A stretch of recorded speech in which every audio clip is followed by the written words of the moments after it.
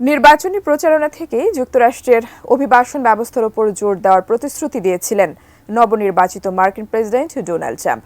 শপথ নেওয়ার আগেই সেই কঠোর অবস্থানের কথা আবারও মনে করিয়ে দিয়েছেন রিপাবলিকান এই নেতা। ট্রাম্পের এই অভিবাসন নীতির ফলে এবার বিপদের মুখে পড়তে যাচ্ছেন লাখ লাখ ভারতীয়। বিস্তারিত জানাচ্ছেন আরিফ হাসান। গত ৫ নভেম্বর ডেমোক্র্যাট প্রার্থী কমলা হ্যারিসকে হারিয়ে যুক্তরাষ্ট্রের ৪৭তম প্রেসিডেন্ট নির্বাচিত হয়েছেন ডোনাল্ড ট্রাম্প।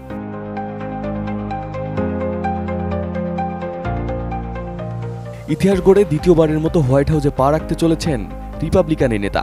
২০ জানুয়ারি শপথ নেবেন নবনির্বাচিত এই বিশ্বমোড়ল।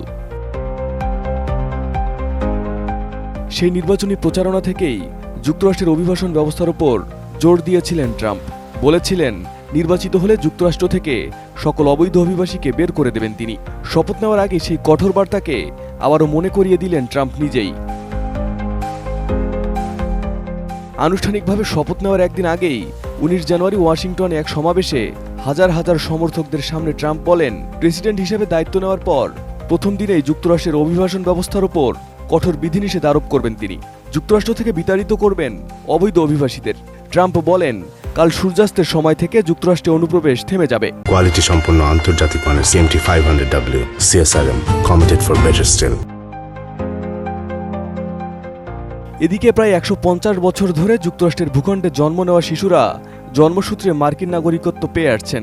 তবে ট্রাম্প এই সাংবিধানিক অধিকারকে হাস্যকর বলে অভিহিত করেছেন।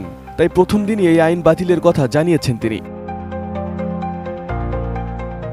ট্রাম্পের এই কঠোর অভিবাসন নীতির ফলে যুক্তরাষ্ট্র ছাড়তে হতে পারে লাখ লাখ অভিবাসীকে, যাদের মধ্যে একটা বড় অংশ রয়েছে ভারতীয় অভিবাসীরা।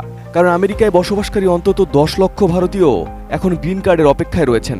ট্রাম্পের আনা নতুন আইনের ফলে এসব অভিবাসী এবং তাদের সন্তান যারা আমেরিকায় জন্মেছে তাদের নাগরিকত্ব বাতিল হওয়ার আশঙ্কা দেখা দিয়েছে। যুক্তরাষ্ট্রের ৪৭তম প্রেসিডেন্ট হিসেবে দেশটির স্থানীয় সময় সোমবার দুপুর ১২টায় দ্বিতীয় মেয়াদে প্রেসিডেন্ট হিসেবে শপথ নেবেন ডোনাল্ড ট্রাম্প। এর আগে ট্রাম্পের অভিষেকের আনুষ্ঠানিকতা শুরু হবে। এ উপলক্ষে উৎসবের আমেজ ছড়িয়ে পড়েছে ওয়াশিংটন জুড়ে। এদিকে হোয়াইট হাউসের একাধিক সূত্র জানিয়েছে, ট্রাম্প তার প্রথম দিনে ২০০টিরও বেশি নির্বাহী আদেশ জারি করবেন। এতে সীমান্ত নিরাপত্তা অগ্রাধিকার পাবে। তিনি মেক্সিকো সীমান্তে জরুরি অবস্থা ঘোষণা, মাদক চক্রকে বিদেশি সন্ত্রাসী সংগঠন হিসেবে শ্রেণীভুক্ত করা সহ নানা নীতি পুনর্বহালের উদ্যোগ নেবেন। Arif Hasan, ATN news.